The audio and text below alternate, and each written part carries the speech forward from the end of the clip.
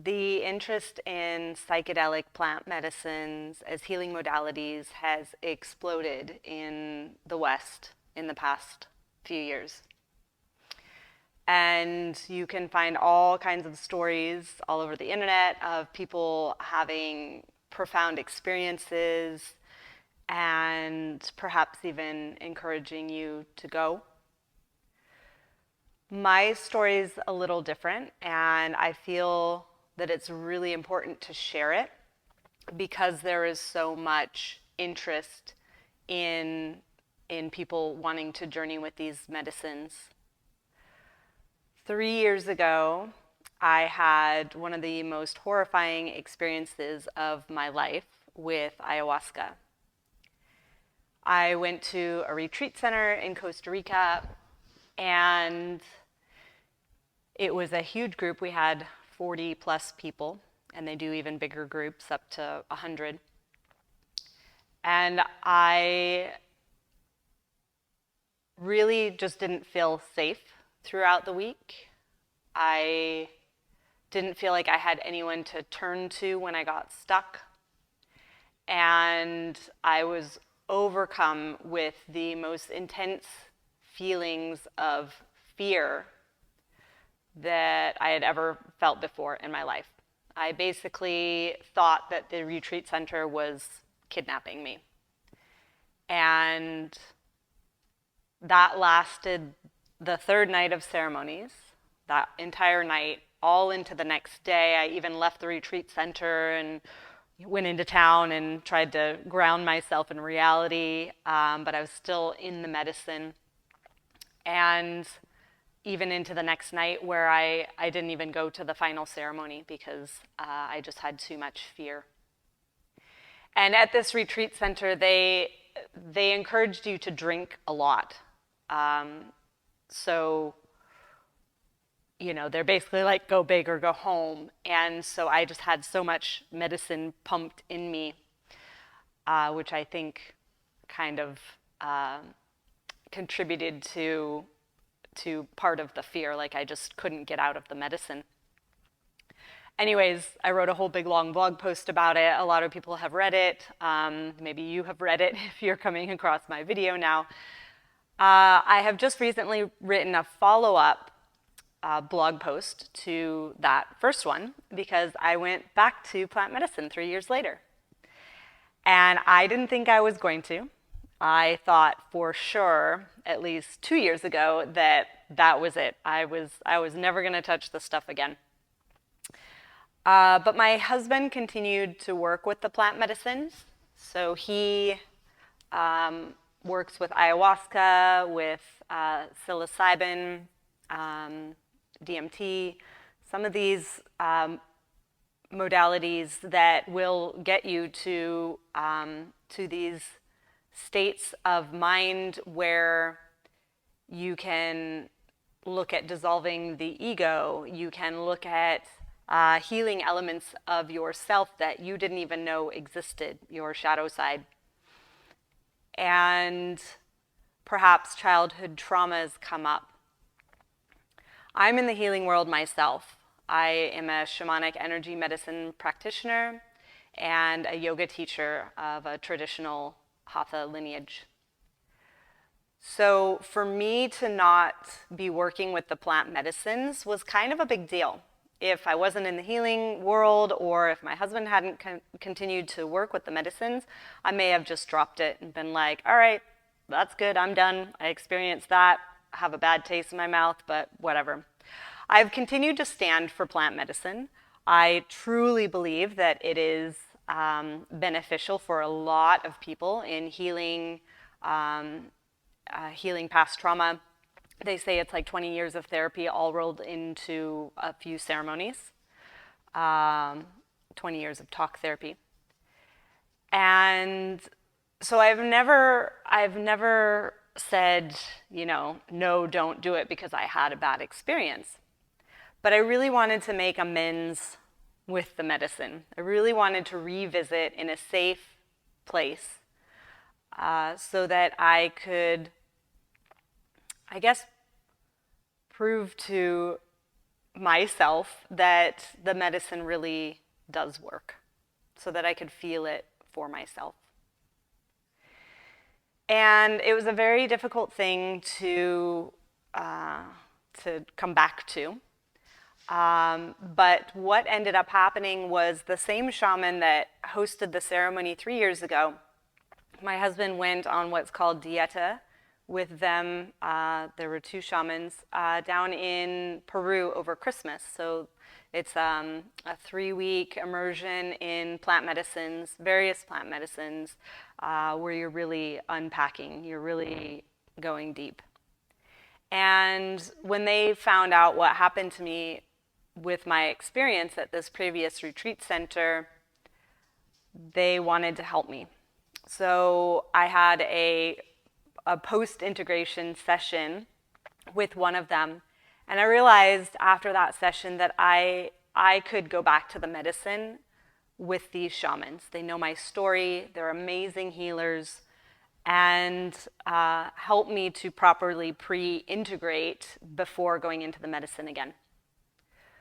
So I worked with some more sessions, some more talk sessions where we mostly worked on breathwork practices and mentally and physically prepared myself for revisiting plant medicine.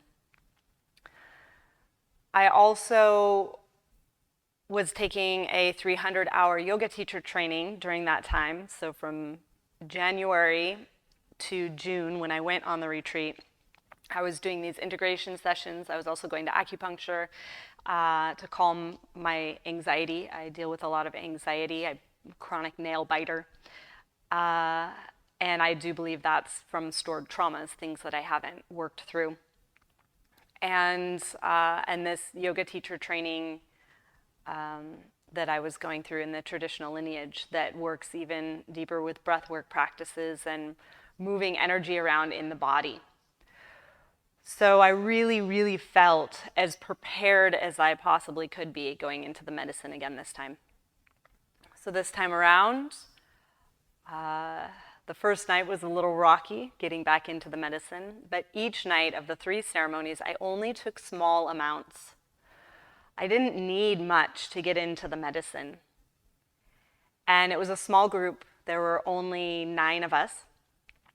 And an absolutely beautiful retreat center in Mexico. So I just felt immersed in nature. I felt so connected. I felt so supported and held throughout this journey. So I wanted to share my story because I feel like there are either people that have had horrible experiences or have the potential to have horrible experiences. So I feel like being the best equipped as possible, as prepared as possible before you go into the medicine is really going to make or break the experience. Not always. There are plenty of people that go into the medicine and have an amazing experience and, see the things that they need to work on. And it's always difficult. It's always challenging. But you don't need to go into fear. You need to feel safe. So this includes screening your shamans, your facilitators, figuring out, if they have positive recommendations. Don't just sign up for one because you like the retreat center setting or you just want to go down to Peru and be in an Amazon, in the traditional Amazon setting. Make sure you know who your shamans are. Talk to them beforehand. Establish trust in a relationship. So if you get into a scary situation, you can trust them to help you out. I felt like the retreat center was kidnapping me, so I couldn't reach out to them at all for help once I got into it. The only person I had was my husband. Thank God he was with me. Otherwise, I don't know what I would have done. And post-integration as well. So coming out of it, you're going to be opening up your energy, you're going to be vulnerable, you're going to feel alone oftentimes, especially around family and friends that don't really understand what this experience is that you just went through. So post-integration sessions with the facilitators, or find someone. There's quite a few people out there now who are doing post-integration sessions that deal specifically with psychedelic and plant medicines.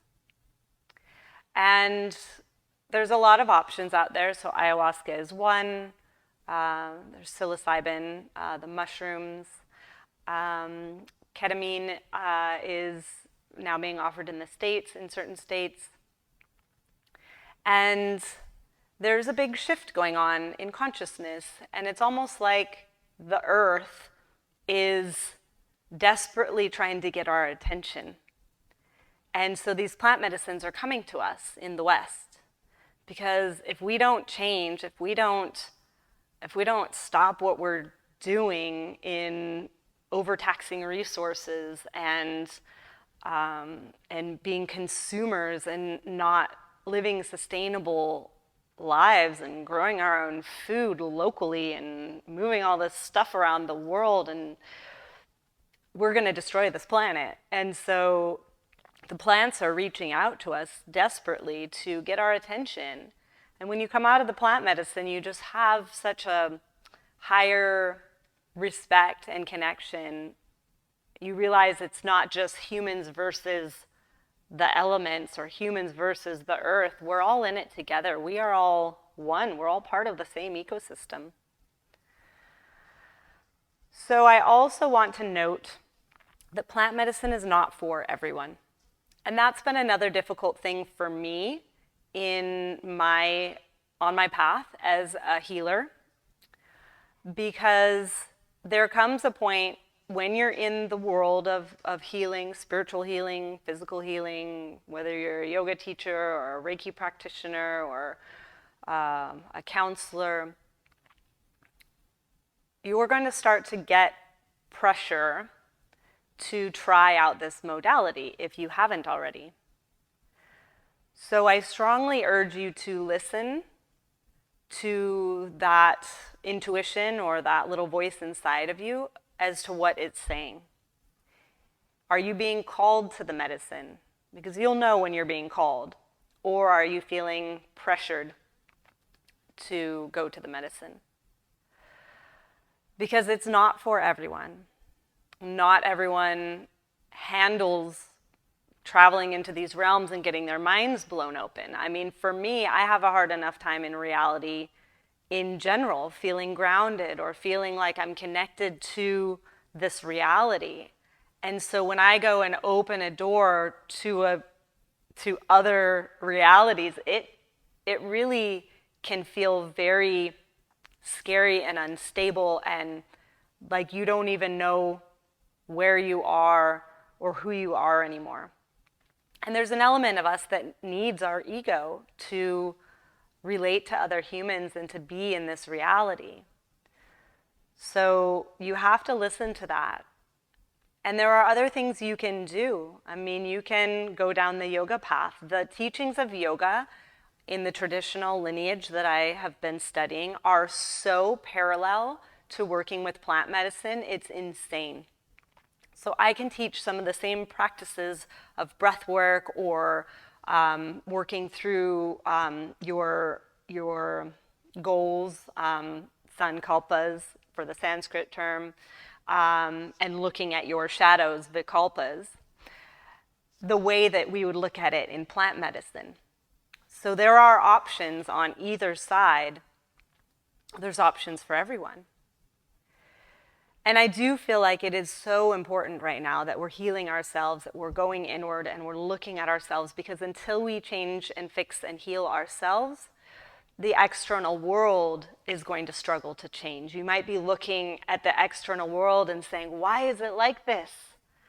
I don't like the look of this external world. But what you really need to do is go inward and heal yourself. As within, so without, the external world will heal. The collective will heal. So this can be done through plant medicine or through yogic techniques. There's so many healing modalities out there. So I invite you to think about in your heart what really you need on this path. And maybe you just need some breathwork practices and a good yoga teacher. And maybe you're ready for plant medicine. And if you are, I do encourage you to take the proper steps to prepare yourself, to research, to make sure you have the right facilitators, and that you have the support you need on your journey. So if you want to read more about my experience, I wrote the old blog post about my scary experience, and then the new blog post. I'll put the links down below so you can take a look. I'm a writer, so I tend to get my words out better in writing. So just let me know if you have any questions. I have been on this path for 3 years with the plant medicine, answering questions, helping people out as best I can with my limited understanding of what's been going on. But I feel like coming out of it the second time, I have such a clearer picture of what happened, why it happened, because now I have a message to share, and how you can have the best experience possible. So I thank you so much for listening. Namaste and aho.